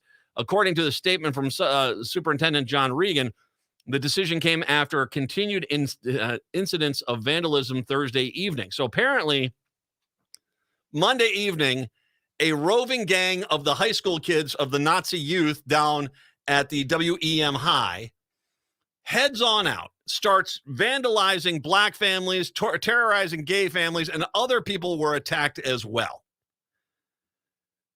In the process of dealing with this, to show you how little concern these kids had for being held accountable, that night, after the school district said, we want to warn people, don't do this, they apparently busted into the school and vandalized the school. As you know, we hold our students to high standards, whether it's in the classroom, competing in extracurricular activities, or taking part in other events. We will continue to take all code of conduct violations very seriously. It will issue disciplinary action when possible, the statement read in the part. School board Chair Gary Michael said he felt completely disgusted and real sadness upon hearing the news of these racial incidents, adding the knows Aladdin family well. He said the school district is limited how it can discipline students of activities that take place outside of the school unless they are athletes. He said athletes who might have participated will face consequences. Will they? Will they? Or will it be the backup quarterback will face consequences? The starting quarterback, we need him for Thursday night's game. Michael also said he's looking for what outside resources they can bring in the school district to make incidents like this don't happen again. The administration and the school board are going to put their heads together to try to figure out a plan forward, a long-term plan to try to curb this kind of activity in the future. So once again, I want to make sure we talk about this because this is disturbing. This is Waterville Elysian Morristown School. Watertown Elysian Morristown, WEM. The first thing I did when I heard this, I said, 50 kids. How many kids total are in this school? And I went and looked, and it says it's between 200 and 250 kids are in this school. So I want to step back on that one to begin with. So either a quarter or a fifth of the entire student body, if 50 kids were involved in this one incident, and by the way, it sounds like these were time-targeted incidents across this area by these racist Nazi kids, and someone has to call them what they are. You're putting swastikas on vehicles. Yeah, Nazis. They at least had 50 kids involved, if not more, which would be a quarter to a fifth of the entire student population of the school. Holy God, has that gotten out of control? A quarter to a fifth of the school? Hey, I mean, there are always some elements of this in the school. I've never even heard of 10 or 12 maybe, but a quarter of the school are a bunch of Nazi pigs? It tells you a lot about the parents and the area they're being raised in. It tells you a lot there. And more, when I come on back, I'm going to take some time here when I come on back, and we'll explain a little bit more in regards to why this is really going on, why this is able to go along right now. 952-946-6205, 952-946-6205. We'll take a break, come on back. It's the Matt McNeil Show right here on AM 950. End-of-life decisions are not easy to make. Hi, I'm Mary T. of Mary T. Hospice Care. It's important to make sure that this difficult time is meaningful and comforting to you and your loved ones. Our hospice team provides an individualized program of physical, emotional, spiritual, and practical care so your loved one is comfortable and not in pain. At Mary T. Hospice, we understand that choosing the right hospice care provider can be overwhelming, but we're here to assist you. Learn more today at marytinc.com. Hi, I'm Peter Solak. And I'm Adam Ostrowski. We are here at Woodland Stoves and Fireplaces to talk about the joy of live fire cooking.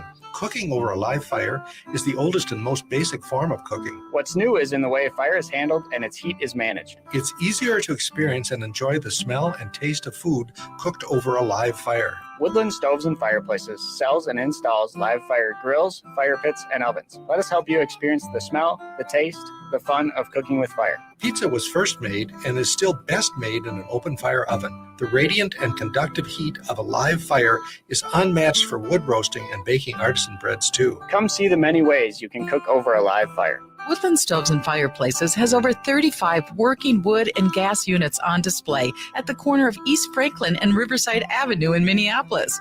More information at woodlandstoves.com. Find the fire that works for you. Woodland Stoves and Fireplaces, out of the ordinary products and services since 1977. Hi, I'm Scott Shambot from Shambot Family Dentistry. We're the fear-free, shame-free dental office. We know dental anxiety and dental phobia are real. We'll take the time to get to know you and give you what you need to be comfortable at all times. We offer free nitrous oxide laughing gas and have high-tech options to help you feel calm and relaxed during your appointments. We'll help you get through every appointment in the most pain-free way possible. If you're having a dental emergency, we'll try and get you in the same day you call because we don't like to see anyone in pain. As my daughter Rachel says, if you don't see my dad, please see another dentist. Take care of your teeth because they're the only ones you get. This is Chad, owner of AM 950. I've been going to Shambot Family Dentistry for years. They get me in last minute when I'm in pain and make regular checkups easy and comfortable. Shamblat Family Dentistry in Hopkins and St. Paul. Find them online at shamblatfamilydentistry.com or call 1-800-FIX-MY-TEETH. AM 950, the progressive voice of Minnesota, the Matt McNeil Show. Hey, let's give away some pay-per-view pass to Stephanie Miller, the Sexy Liberal Show. That is coming up on Saturday night. If you would like to try to win yourself a pay-per-view pass to watch Stephanie Miller and all of her guests and all of her special guests on the Sexy Liberal Show live from Los Angeles, caller number 5, 952-946-6205. 952-946-6205. 952-946-6205. Caller number 5, you'll win yourself a pay-per-view pass for the Sexy Liberal Show with Stephanie Miller coming up here on Saturday night. 952-946-6205. 952-946-6205. Caller number 5, give Patrick a call and harass him. Please do. All right. So I want to get back to this Waterville, Elysian, Morristown School District because the reality is that you can't. Okay, first of all, I want to make sure we understand exactly how we got here. We have a small town school, and I have lived in small towns for portions of my life. I have seen this firsthand, where kids get caught red-handed drinking and driving, sexual assault, drug use, whatever the case may be, but because they are either and or a wealthy white kid from one of the wealthier families in the community, or a star athlete on one of the teams, all of a sudden that gets swept under the rug and they got to do some extra PT with their coach, or they've got a little bit of detention for a few days, which, by the way, seems to go away after the second day and doesn't seem to really be something that they're held to. Because it's small town America, and the local county sheriff and the local police departments, they're not about to go upset these people because they're terrified of getting run out of office or run out of town. So this is crimes committed by wealthy white kids or star athletes, but they're tolerated because that's just country life. That's what happens in a small town, Matt. That's what happens in a small town, even though it's absolute bull. So you have that existing standard which has existed there. What you also have on this is clearly a crapload of racist jackasses who live in Waterville, Elysian, and Morristown area. Because you don't have 50 racist kids. You don't have 50 racist kids running around, bigoted kids, racist kids running around and doing this without a whole bunch of racist parents and a racist mentality within the society of the community. And I know that there are going to be, how dare you question small town values? Swastikas are small town values? Going out there and tormenting neighborhoods, black people, is a small town value? Going out there and harassing the LGBTQ community, that's small town values. Breaking into the school is small town values. How dare you? You're just trying to make excuses for the racism. That's all you're doing, is you're trying to make excuses for the racism. Stop it. You got a ton of racists, and sure, we can talk about the fact that in rural America, that the only media that a lot of these people get is far-right extremist news, where they think that the Nazis are somehow an accepted political point of view, that racism is common out there. That's what they get. And it has bred and incubated a bunch of really crappy freaking kids in the Waterville, Elysian, Morristown community. And before anyone looks at you, it's like, how dare you, man? No, how dare you guys? This isn't just out of nowhere. You guys knew this was down there, and you've done nothing to deal with this and address it. You got a real crime problem down there of racists and bigots. And can we all just prepare ourselves for the bigot parent, the racist parents, the bigoted parents, the human pieces of crap that are in the Waterville, Elysian, Morristown community? That when the school district realizes, okay, we got to put in some classes and some mandatory learning about acceptance and tolerance and stuff like that, the parents going up saying, I'm yanking my kid out of this school district because it's going woke. How dare you not let us draw swastikas on anyone's car? How dare you not let us go up there and torment those gay people? We see you. We know exactly who you are. You're all of you involved in this are human trash. And frankly, I don't have any faith that the local law enforcement down there is going to help these people because their mindset is, well, I better let the mob go. You know, when you talk about mob violence, when it happens, it's not that the police are not aware of it going on. It's that they make the conscious decision to allow the mob to take over. And frankly, that's what you're seeing in the Waterville, Elysian, Morristown situation, and sounds like in the other town as well. The mob mentality rules. Because it would take these law enforcement officers down there to find their freaking spine to go to the wealthiest person in the town and say, your son's a piece of crap. We got him on camera doing this. Now, I don't know if it is the wealthiest kids in town, but that's kind of the mentality.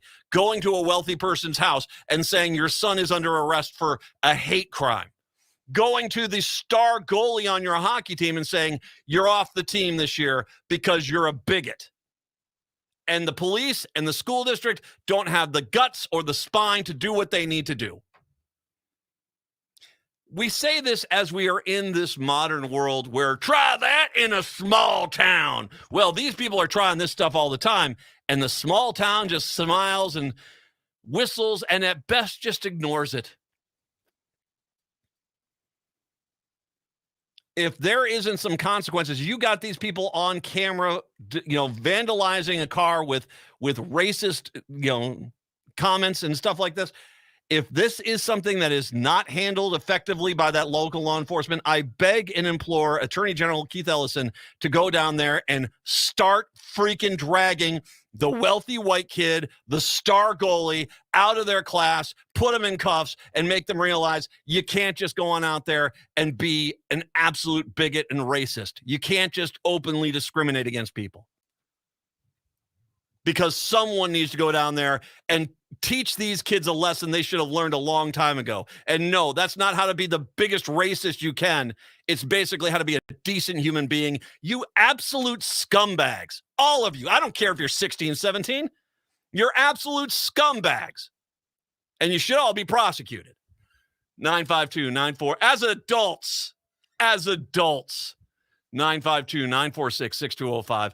952-946-6205. What a mess. What a mess. We have a winner, perchance? We do have a winner. Congratulations. Yes, we no, give me a second. It's Christine Bresney from Bloomington. Christine, congratulations. You've won yourself the pay-per-view pass to go watch Sexy Liberal on Saturday night. We have, of course, once again, tomorrow, the social media post. Steph is awesome. Steph is awesome. That's the phrase you need to put in the comment section on the AM 950 Twitter feed, AM 950 Facebook feed, AM 950 Instagram feed. And we'll put that post out there about 9 a.m. tomorrow. You have until 2 to get in there. Steph is awesome. Also, listen tomorrow for another chance to win during this show. Let's take a break. Come on back. Michael Broadcorp is happy because his Vikings team got a win. We'll talk to him about the Vikes when we do return. It's the Matt McNeil Show right here on AM 950. I love my Toyota vehicles, so when I have to get service done, there's only one place I go, Rudy Luther Toyota. They know Toyotas inside and out. It starts with them checking your alignment and tire treads with their Hunter Quick Check Drive inspection service. Oil changes, tires, batteries, wipers, no matter what you need done, they can help you with reliable Toyota parts and the best service team in Minnesota. Check out their website, rudyluthertoyota.com, for service and parts specials just for Toyota vehicles. Get your Toyota serviced at Rudy Luther Toyota, 394 and 169 in Golden Valley. My grandpa, Jim Warner, treated his customers like family, and Warner Stellian is still doing that today. I'm Angela Warner, and to thank you for 69 years, Warner Stellian Appliance is offering unbeatable savings of up to 40% off, free dishwasher installation, and no interest for 2 years with your Warner's card. Plus, go to warnerstellian.com for an exclusive $50 coupon. These deals end October 18th, so hurry into one of our 10 Minnesota stores. You'll love your new appliances and Warner Stellian. 2023 is here, and you can make it the year of the Eagle with the National Eagle Center. You and your family can enjoy exciting Eagle experiences, including field trips, private habitat tours, and exclusive behind-the-scenes tours. Meet live eagles up close, view bald eagles and golden eagles in the wild, and receive personal one-on-one education with dedicated and knowledgeable eagle experts as you journey into the world of eagles like never before. Learn more and plan your unforgettable Eagle experience today at nationaleaglecenter.org/experiences. This is Chad, owner of AM 950, here to tell you about the exterior construction company I trust, Snap Construction. If your home was hit with the most recent storms, trust the most well-reviewed exterior construction company, Snap Construction, for a free home inspection. This is Ryan, owner of Snap Construction. There are a lot of great construction companies in town. My advice is to take your time and do your research. Make sure they are locally owned and that they guarantee their craftsmanship for life. Also, you want to find a company that's been in business for at least 10 years. You want to work with a company that's going to be there long after the work is done. Snap Construction has handled thousands of claims, and we'll help you through the process. Don't go with the out-of-town fly-by-night contractor. Most storm damage goes missed by the untrained eye. Trust Snap Construction for your free storm damage evaluation. For your free storm damage evaluation, call Snap Construction at 612-333-SNAP or visit them online at snapconstruction.com. That's 612-333-SNAP or snapconstruction.com. With a look at your AM 950 weather, I'm Patrick Lilia.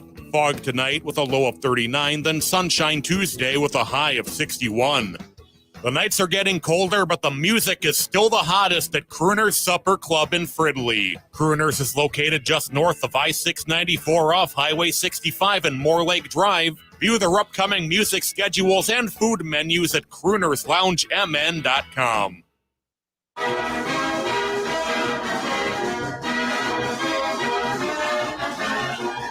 AM 950, the progressive voice of Minnesota, the Matt McNeil Show. It is a Monday after the Vikings have played, and Michael Broadcorp, our usual political expert, he is kind enough to join us today as our Vikings expert to talk a little bit about the game yesterday and what chance they've got next week against San Francisco. Hi, Michael. How are you, my friend? It's great to be here. A big win yesterday. It was nice. Boy, the Bears are a bad team. That is one of the worst teams I've seen in a long time. It was, a win is a win, a messy win is a win, an ugly win is a win. That was an ugly win. And I don't think it's a win. It's points on the board. Mm-hmm. As I told your producer before I came on, points on the board, that's what we needed. But we shouldn't feel good about it. But we should also feel good about it because we did win. Well, and it is against Chicago, who doesn't enjoy that. So let's talk first the defense, because the defense not only got an interception for a touchdown, but they also basically sealed the game with 2 minutes left in the game. They intercepted an ill-advised pass, to say the least, and they able to run it back and were able to run out the clock at that point. That ended the game. 19-13, I believe, was the final score there. So it is kind of a situation where the team just do enough to bring you back in. Just like when you feel that you're out, they drag you back in. And there's a lot of things that you can look at that game yesterday and say to yourself, God, there's opportunity here. There's reason to believe. There's reason to be optimistic. There's reason to have hope. Well, and I think that there definitely is. And losing Justin Jefferson for a few weeks is not a good thing. I thought the receivers did well. Obviously, T.J. Hawkinson is a guy they're going to pretty much going to be the main reception point, kind of like San Francisco and Kansas City have. That's their primary number one target is the tight end. But at the same time, can I just say there's a cultural element of this team that is not just a Kirk Cousins thing. I've been watching this for years. This team gets into third and long situations, and the mentality is a 3-yard pass when you have to get 12 yards is a good idea, when the concept is you're banking on the defense screwing up for you to get the first down. I'm stunned. I mean, you watch like the Pittsburgh Steelers when they play a game. If they've got a 12-yard, it's 3rd and 12. Every receiver is 12 yards out or more, and they're throwing it for distance. I mean, it is just amazing how over the decades the Vikings have had QBs who on 3rd and 12 are throwing 3 yards and just then walking for the bench. Correct. And one of the things, as much as we want to be positive and offer constructive criticism to the Vikings every week when we're on here talking about the outcome of the game, there's a big difference between this Vikings team and some of the other teams that play on Sundays. I mean, there's a big difference between the Vikings and the Eagles. There's a big difference between the Vikings and the 49ers, which we should talk about a bit because that's the game coming up for the Vikings. Yeah. But they're just a structurally different team. And, I think what we're looking at this season, Matt, is every day, the day after a game, the glass is on a good situation, the glass is half full. That there's things that we can be somewhat positive about, but this is not a team. This is not a team, as we've consistently said, that's just a tweak or two away from performing at the levels at which they need to compete in the NFL. I mean, the defense did great yesterday. There was a number of opportunities that they helped step up and do, needed to come in at critical times. But again, it was Chicago, which is tough to come to that realization sometimes. But there's still reason to believe, and we're coming into a Monday Night Football game with San Francisco 49ers, which the Vikings could really flip their destiny if they win. I think current polling or current stats, probability of making the playoffs, the Vikings are around 30% right now. Based on, I think the New York Times gives the Vikings roughly a 30% chance of making the playoffs right now. If they win next Monday against the 49ers, boy, I think that number is going to go up quite a bit. I would agree with that. And just, if you look at the 49ers, McCaffrey was out against Cleveland. They lost yesterday. He was out, and Deebo Samuels was as well. More than likely, if you just know how teams work, they're both going to both those guys, they're going to rest. They don't look at, I think, the Vikings as a team that is going to be too dangerous for them, and they probably are going to rest them, which is to our benefit, because whereas if those two guys are healthy and they're starting, that's a very difficult game for the Vikings to win. Without McCaffrey and Samuels, and they've got Brock Purdy, their quarterback. If he doesn't have stellar receivers ready to throw to, he looks very average, and that's what he kind of looked like in that Cleveland game. There is a legit chance. I do not think this is necessarily a slam dunk San Francisco win. I think that the Vikes have a legitimate chance here, because if those two guys are not playing, which my guess is going to be not, because they'll want to save them for their divisional games and the bigger games coming down the line, then there's a distinct chance the Vikings could pull off that and get that win at home. You're absolutely right. That's a very reasonable scenario. And I think that we should just be honest and say that this is not a good Vikings team. Yeah. If we say it, I think we maybe could be a little bit more honest with our analysis. This is just not a great Vikings team this year. And there wasn't a lot of expectations coming in as to what they would do. And so the fact that we got that win, at Soldier Field, that was not a guarantee. That was absolutely not a guarantee that they could win. There was a lot of times in that game where there was reasons for Vikings fans to be concerned.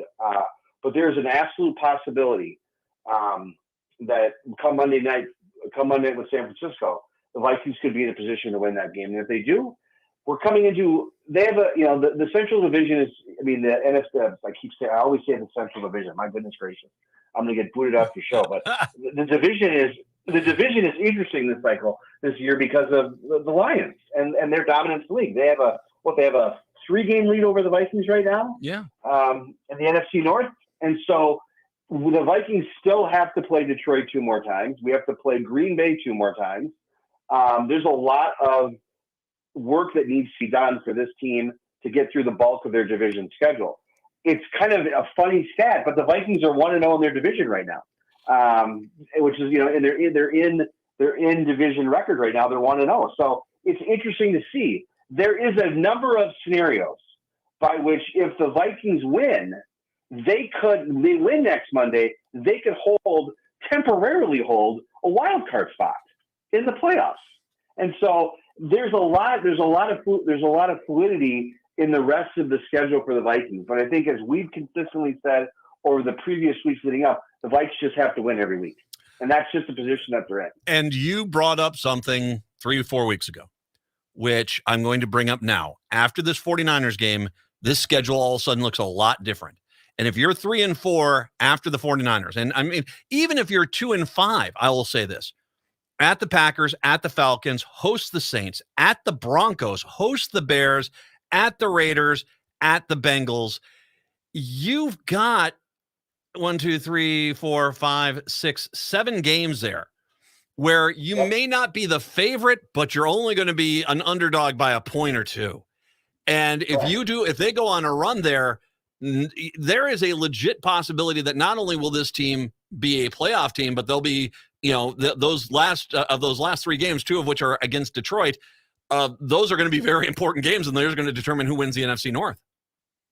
Absolutely. Yeah, I think you're spot on with your analysis. One of the things that I think the Vikings, I think that's one of the problems with being a Vikings fan, particularly with this team, is that it's difficult sometimes for Vikings fans to just be the blowout seasons, and they're going to want to fight. There's just an expectation that they fight every week to get a win. And yesterday was a game that you got the W, but you didn't feel good about it. But there's a number of scenarios here that you could pull together, as you just articulated, where the Vikings could still be in this. And the question is ultimately, for the long-term growth of this team, is do we want to make a wild card bid? Do we want to get into the playoffs with a wild card? Or are we better off just, taking advantage of the remaining schedule and playing the long game? And that's what you're seeing discussed that'll be discussed at homes and on social media as to what direction should this team go. But honestly, I think it's important for us to be candid and say this is not a good team, but there are opportunities that exist for the balance of this season. By the way, we'll be moving you to Tuesday next week, obviously, because of this. Oh, fantastic! Yes. Yeah. So, question for you, and I heard 2 friends talking about this, and I want to get your thoughts on this. Dalvin Cook's still part of this team. They actually have 2 more wins. What is your thought on that? I mean, he's not exactly tearing it up with the Jets. I mean, he's not bad, but it's it's not exactly like he's the Jets are a juggernaut with Dalvin Cook there. So the question I have is kind of one of those things: is where do you think this team would be if Dalvin Cook was still the running back? I would think that we would be in a better position. I just honestly do. There was, I understand your perspective on the Jets, but I just think I understand the reasons why they had to do it. And there's going to be some tough decisions that need to happen with this team coming into, particularly at the end of the season, no matter where they end up.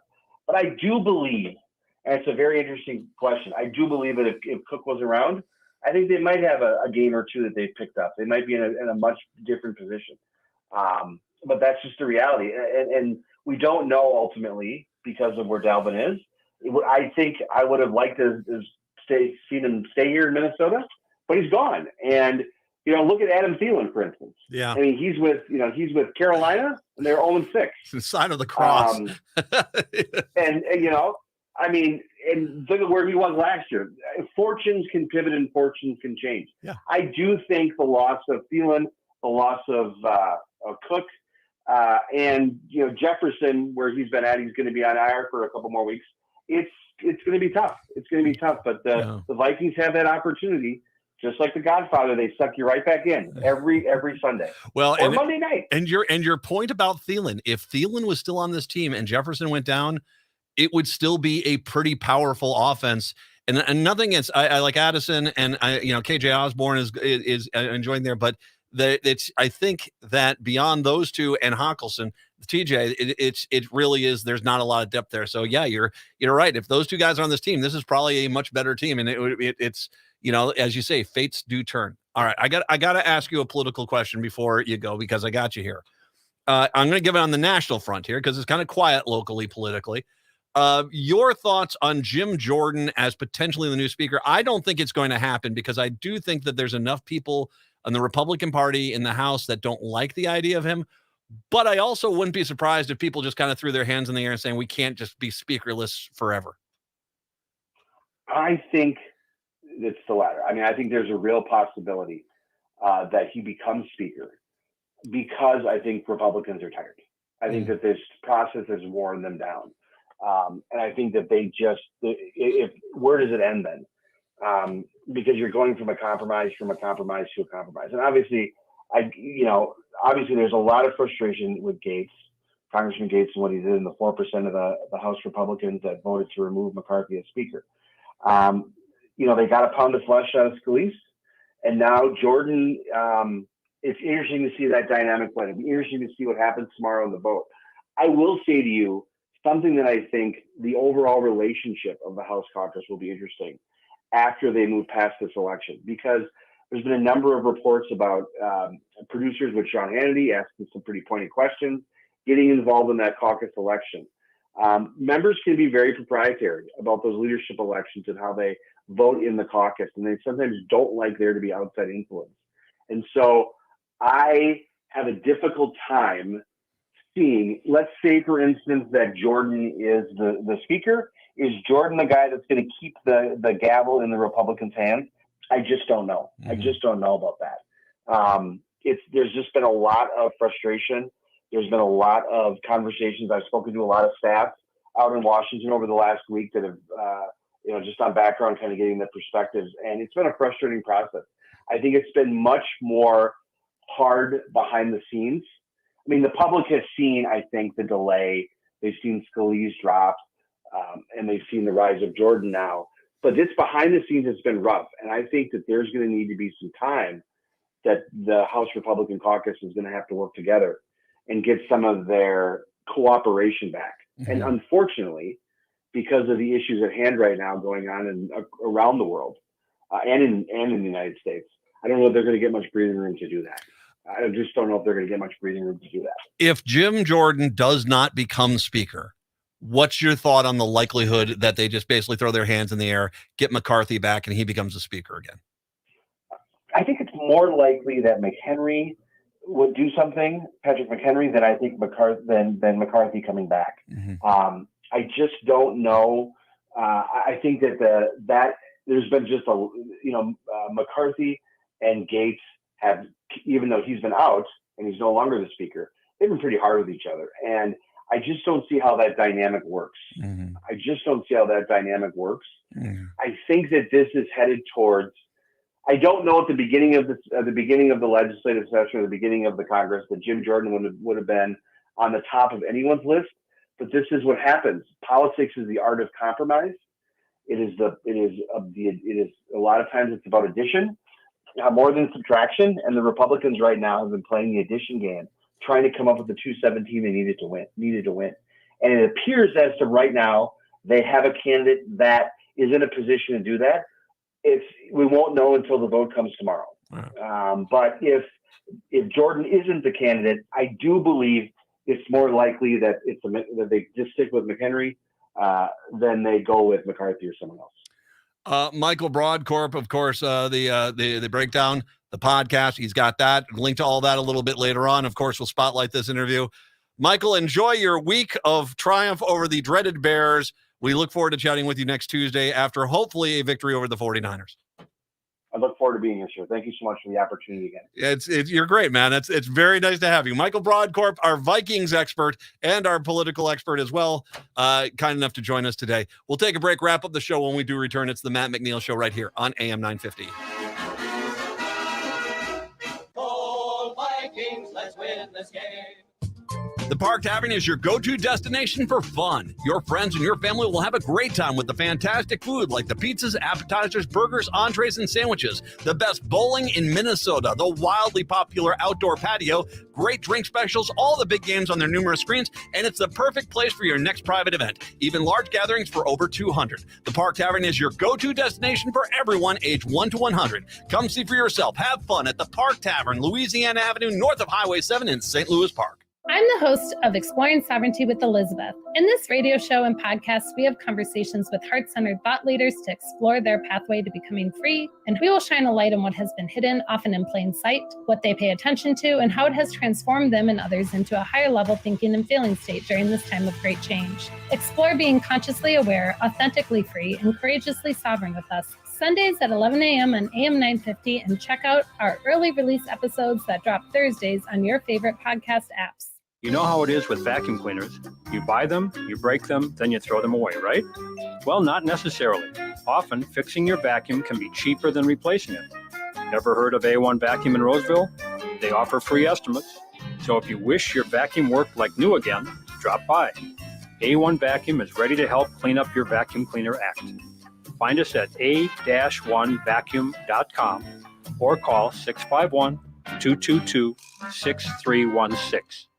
In retirement, it's all about income, your money making money, while still controlling your principal. If your portfolio has recently taken a big hit, you're not set up for retirement income. We're Ferguson Financial, and that's what we do. We position portfolios to generate retirement income. Learn how it's done. Call us today, 888-429-5569, and check out our retirement income program, Sunday mornings at 9. AM 950, the progressive voice of Minnesota, the Matt McNeil Show. So I made a post this morning about Trump, and if you've not been paying attention, he is clearly having a lot of cognitive issues. This is a line from a speech he did today. He was in Iowa today. I'm going to read this verbatim. We're going to turn Christmas around. Remember that department stores they refused to use the word Krish. He doesn't make any damn sense. He's clear. If Joe Biden had one of these gas, the media in this country would be screaming about how he's mentally unfit to serve in office. Donald Trump has 30 or 40 of these every single speech. He's not mentally well. And yet he's going to coast to the Republican nomination. 952-946-6205. I have to. Oh no. MyPillow CEO Mike Lindell's decision to defend himself in the multi-million-dollar defamation lawsuit against him is a, quote, mistake. And his opponent's attorney will, quote, run circles around him, according to a law expert.